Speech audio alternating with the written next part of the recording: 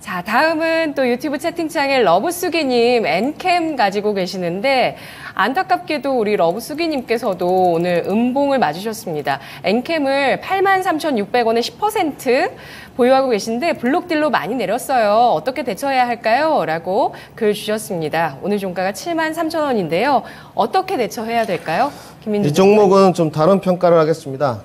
제가 정보를 좀 많이 알고 있는데 방송에서는 좀 부적합하기 때문에 러브스게임 저도 알거든요. 유튜브 단골 손님이시로 알고 있는데 보유하십시오. 이거는 보유해도 가능한 쪽이고요. 엔캠은 좀 내용이 좀 틀립니다. 북미나 유럽 공장에 지금 진출을 앞두고 있는데 공장 설립이 아마 될 겁니다. 네, 아마 엔컴도 굉장히 적극적으로 나서는 걸로 알고 있고요. 주가가 최근에 이제 퍼포먼스 타고 좀 올랐는데 제가 봤을 때 엔캠은 충분히 아직 좀 메리트가 있는 것 같습니다. 그러니까 전해질 부분에 관해서도 여러분들 첨보를 비롯한 설왕설래가 또 있습니다. 전고체 시장이 개화를 하게 되면 가장 먼저 피해를 볼 기업 답딱 나와 있거든요. 분리막 기업이고요. 당연히 액체가 고체로 되니까 분리막 필요 없겠죠. 그 다음에 이 전해질 쪽이고요. 양극재, 음극재는 타격이 없습니다. 근데 이제 엔캠은 제가 봤을 때 성장주의 일환의 모습을 완벽하게 띄고 있고요. 기업이 가치가 저는 좀 있다고 보여집니다. 솔직하게 말씀드려요. 작년부터 이제 흑자로 턴어라운드를 하기 시작했는데 올해도 제가 봤을 때 엔캠은 실적이 더 늘어날 공산이 큽니다.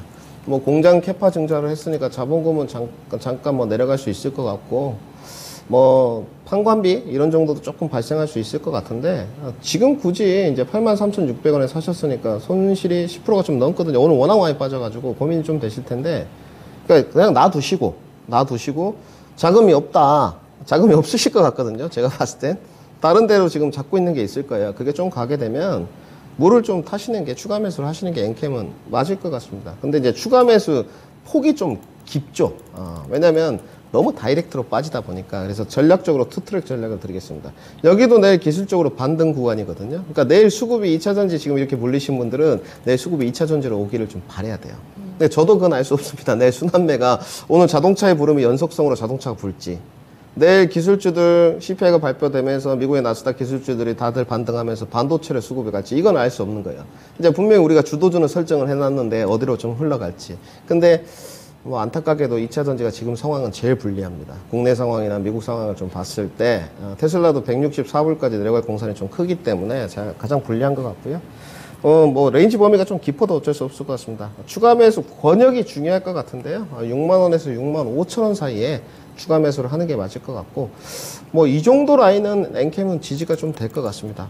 지난번에 저점 찍었던 막 5만 원, 2천 원까지 급락하고 이럴 일은 없을 것 같고요. 급락하면 또 엔캠은 더 기회가 될 것 같습니다. 그래서 추가 매수를 좀 여유롭게 하시되 그냥 묶어 두십시오. 이거는 아까는 세로닉스하고는 상황이 좀 틀립니다.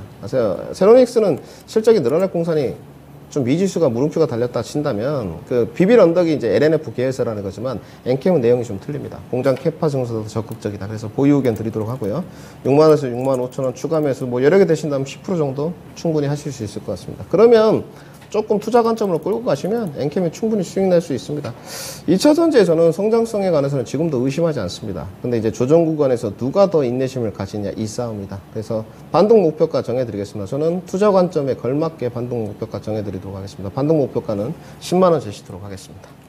네, 알겠습니다. 전고체 관점에서 봤을 때는 이 전해질 기업이 피해주의지만 또 IRA가 시행이 되면서 또 새롭게 양극재, 음극재 말고도 전해질이나 뭐 이런 쪽도 새로운 수혜가 될 수 있다. 북미 공장이 있는 쪽은 이런 얘기도 있었잖아요. 그 모든 걸 다 갖고 있는 그러니까 장점과 단점이 있는 쪽이 되겠네요.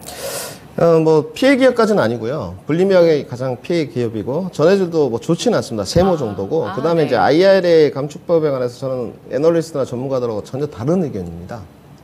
왜 그렇게 말씀드리냐면 일단 FTA 체결국이죠. 우리나라가. 우리나라하고 FTA 체결국이 아닌데 똑같은 수혜를 주겠다. 그러면 누가 피해인 거죠? 한국이 경쟁업체가 더 생기는 거죠. 그 나라는 FTA 기업 체결 국가도 아닌데. 그래서 저는 이번에 IRA 감축법이 우리나라한테 불확실성은 제거됐지만 결코 득이 되는 입장은 아닙니다. 일본 기업이 득이 되죠. 일본은 FTA 체결국이 아니거든요. 근데 FTA 체결국도 아닌 일본 기업과 똑같은 동등한 주권을 준다. 결국은 미국의 입장에서 보면 한국 기업들과 일본 기업을 경쟁시키겠다는 거거든요.